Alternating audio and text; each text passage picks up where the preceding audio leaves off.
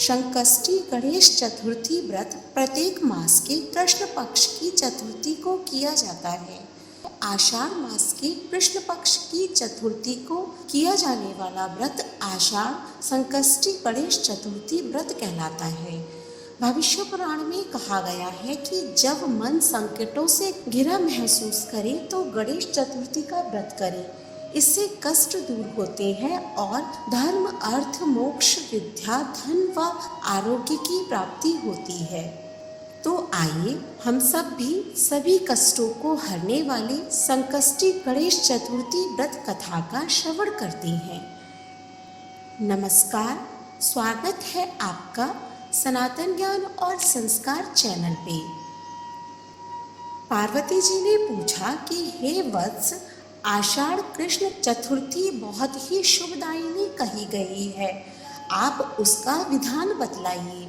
इस मास के गणेश जी का क्या नाम है और इनकी पूजा किस प्रकार करनी चाहिए। गणेश जी ने उत्तर दिया कि हे माता, पूर्व काल में इसी प्रश्न को युधिष्ठिर ने पूछा था और उन्हें जो भगवान कृष्ण ने उत्तर दिया था मैं उसको बतला रहा हूँ, आप ध्यान से सुनिए।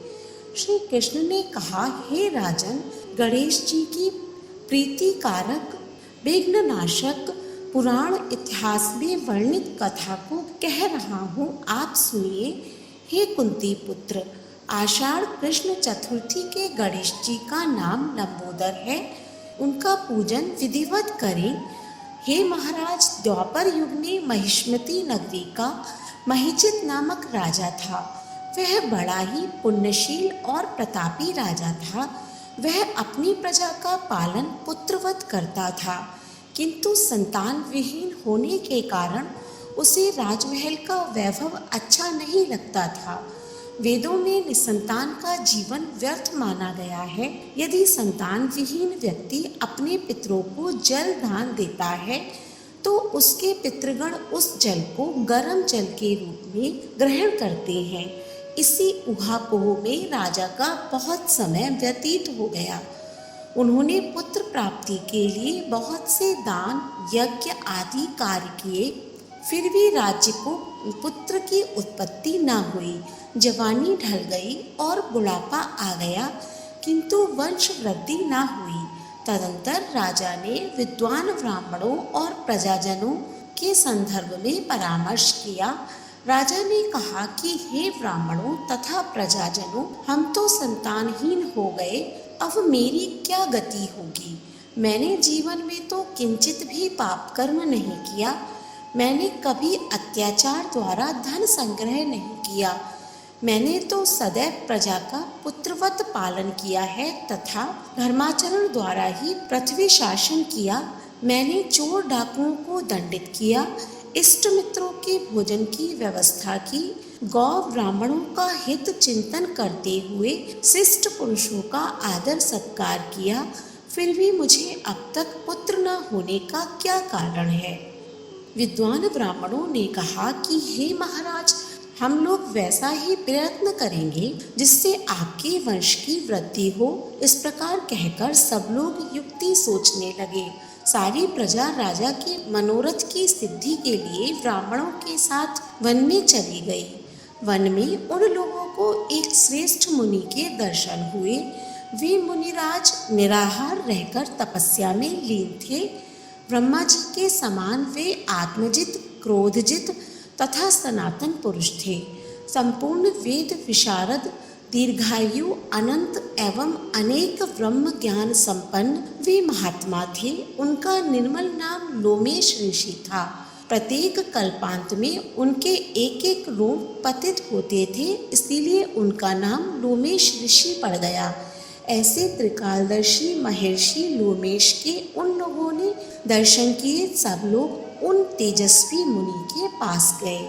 उचित अभ्यर्थना एवं प्रणामादि के अनंतर सभी लोग उनके समक्ष खड़े हो गए। मुनि के दर्शन से सभी लोग प्रसन्न होकर परस्पर कहने लगे कि हम लोगों को सौभाग्य से ऐसे मुनि के दर्शन हुए हैं।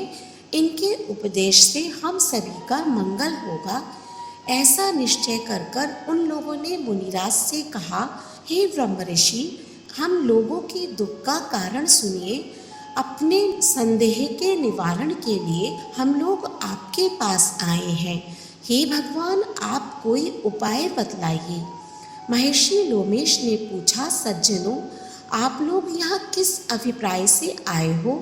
मुझसे आपका क्या प्रयोजन है? स्पष्ट रूप से कहिए, मैं आपके सभी संदेहों का निवारण करूँगा। प्रजाजनों ने उत्तर दिया, हे मुनिवर, हम महिष्मती नगरी के निवासी हैं। हमारे राजा का नाम महिजित है। वह राजा ब्राह्मणों का रक्षक, धर्मात्मा, दानवीर, शूरवीर एवं मधुर भाषी है। उस राजा ने हम लोगों का पालन पोषण किया है, परंतु ऐसे राज्य को आज तक संतान की प्राप्ति नहीं हुई। हे भगवान, माता पिता तो केवल जन्मदाता ही होते हैं, किंतु राज्य ही वास्तव में पोषक एवं संवर्धक होता है। उसी राजा के निमित्त हम लोग ऐसे गहन वन में आए हैं।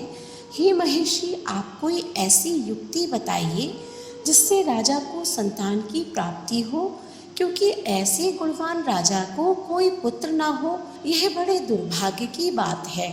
हम लोग परस्पर विचार विमर्श करके इस गंभीर वन में आए हैं। उनके सौभाग्य से ही हम लोगों ने आपका दर्शन किया है। हे मुनिवर, किस व्रत, दान, पूजन आदि अनुष्ठान कराने से राजा को पुत्र होगा? आप कृपा करके हमें सब कुछ बतलाइए। प्रजा की बात सुनकर महर्षि लोमेश ने कहा, हे भक्तजनों, आप लोग ध्यान पूर्वक सुनो। मैं संकट नाशन व्रत को बतला रहा हूँ। यह व्रत निसंतान को संतान और निर्धनों को धन देता है। आषाढ़ कृष्ण चतुर्थी को एकदंत गजानन नामक गणेश की पूजा करें। राजा व्रत करके श्रद्धायुक्त हो ब्राह्मण भोजन करावे और उन्हें वस्त्र दान करे। गणेश जी की कृपा से उन्हें अवश्य ही पुत्र की प्राप्ति होगी। महर्षि लोमेश की यह बात सुनकर सभी लोग करवद्ध होकर उठ खड़े हुए।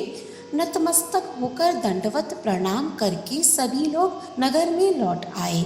वन में घटित सभी घटनाओं को प्रजाजनों ने राजा से बताया।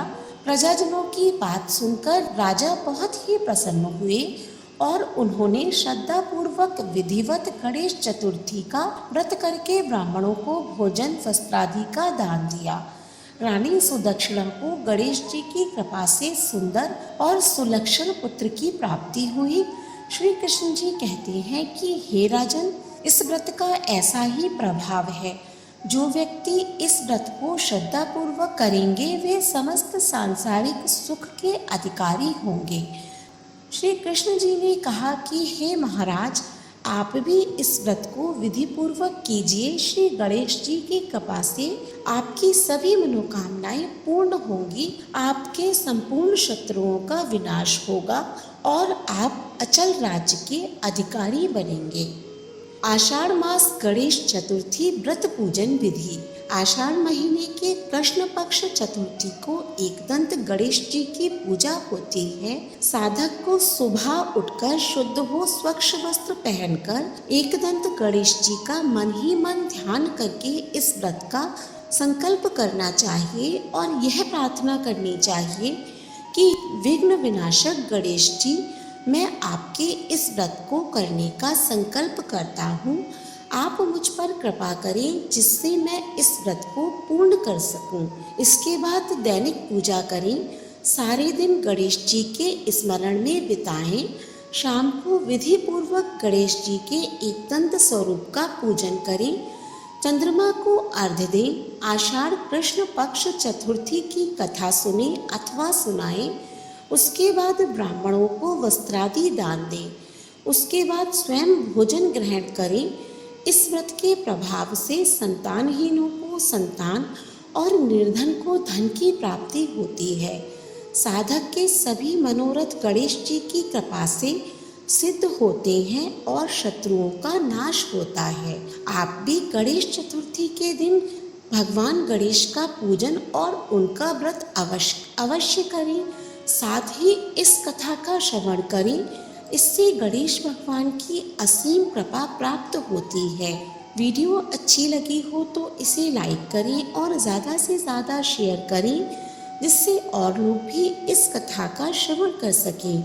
ऐसे ही धार्मिक वीडियोस देखने के लिए हमारे चैनल को सब्सक्राइब करें। धन्यवाद।